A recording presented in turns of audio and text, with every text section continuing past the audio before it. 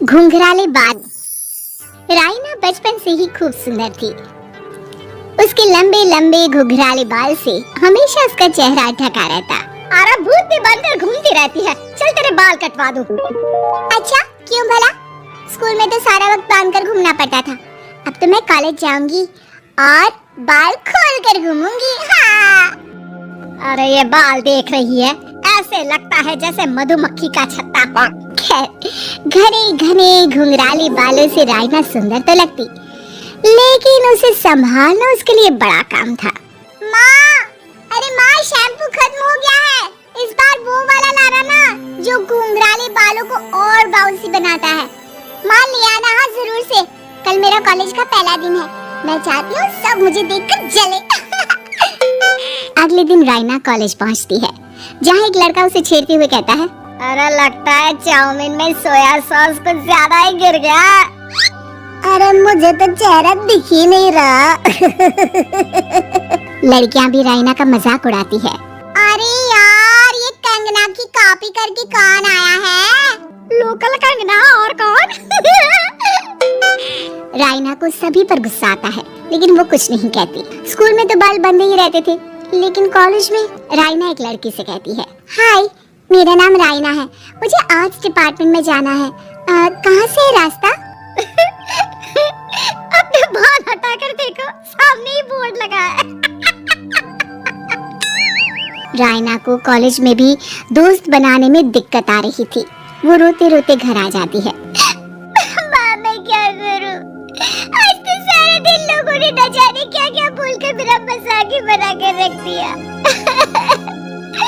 माँ प्लीज कुछ करो ना मेरे बालों का। मैंने तो पहले ही कहा था कटा दे, पर तू। अरे कटाने से क्या होगा, उल्टा जो थोड़े बांध कर ये इन्हें समेट सकती है ना, वो भी नहीं कर पाएगी। तो क्या मेरी कोई दोस्त नहीं बनेगी कॉलेज में, या मैं हमेशा लोगों के मजाक का ही शिकार होती रहूंगी? राइना जोर जोर से रोने लगती है। तभी उसका छोटा भाई आ जाता है और राइना के बालों के बीच एक पेंसिल छुपा देता है। तभी उसका दोस्त भी पीछे से आ जाता है। अरे ढूंढो ढूंढो, कहाँ है पेंसिल? मैं नहीं बताऊंगा। दोस्त काफी कोशिश करता है, लेकिन उसे पेंसिल नहीं मिलती। वो वहाँ से चला जाता है। थैंक्स दी, आज आपके बालों ने तो मुझे बचा ही लिया।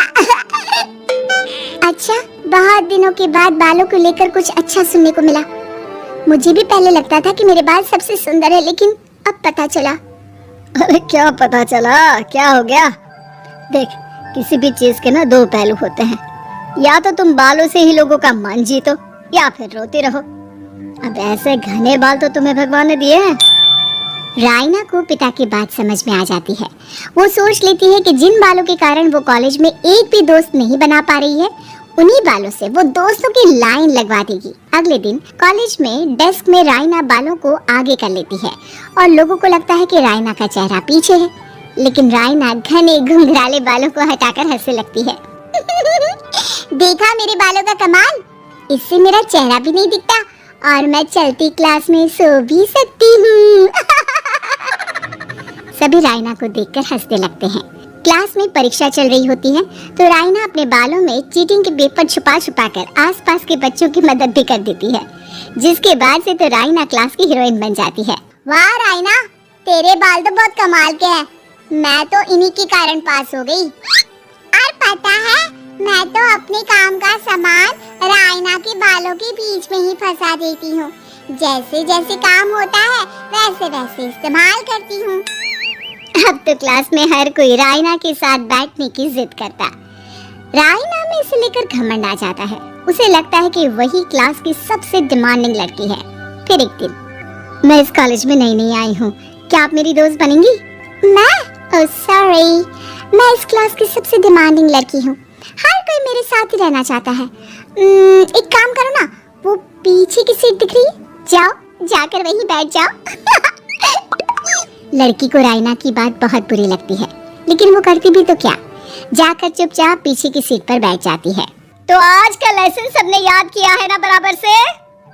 जितनी भी चीटिंग करने वाली लड़कियां थी, वो राइना के पीछे जाकर बैठ जाती है और जोर से चिल्लाती है, जी मैम, सब कुछ याद है, कहीं से भी पूछ लो, हम तो मास्टर हैं मास्टर। क्यों?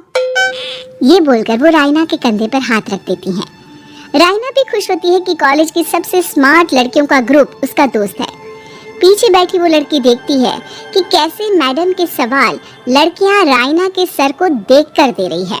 शाबाश, मुझे खुशी है कि तुम लोग इतनी अच्छी पढ़ाई करने लगी हो। मैं प्रिंसिपल से कहकर तुम लोगों की स्कॉलरशिप की बात करूंगी, जिससे तुम लोगों के माता पिता का पैसा जो फीस में लग रहा है वो बच जाए। सभी लड़कियां खुश हो जाती हैं। टीचर के जाने के बाद एक लड़की कहती है, गर्ल्स, अब हम लोग ना सिर्फ सबसे स्मार्ट बल्कि सबसे इंटेलिजेंट भी हो गए हैं। इसी बात पर आने वाले संडे को मेरे घर पर पार्टी, सबको आना है, ओके? सभी लड़कियां पार्टी के लिए एक्साइटेड हो जाती हैं। रायना भी। माँ, मेरे कॉलेज की सबसे स्मार्ट लड़की ने पार्टी रखी है संडे को। मैं भी वहाँ सबसे अच्छी दिखना चाहती हूँ, लेकिन ये बाल।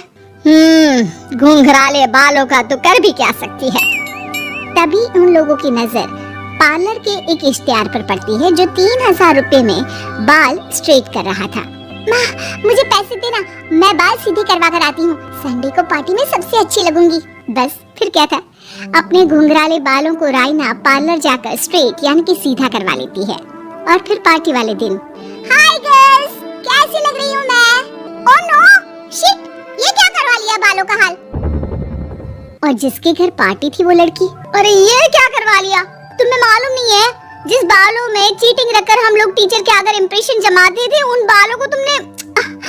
अरे हमें तो स्कॉलरशिप भी मिलने वाला था, अब तुमने बाल सीधे करवा लिए।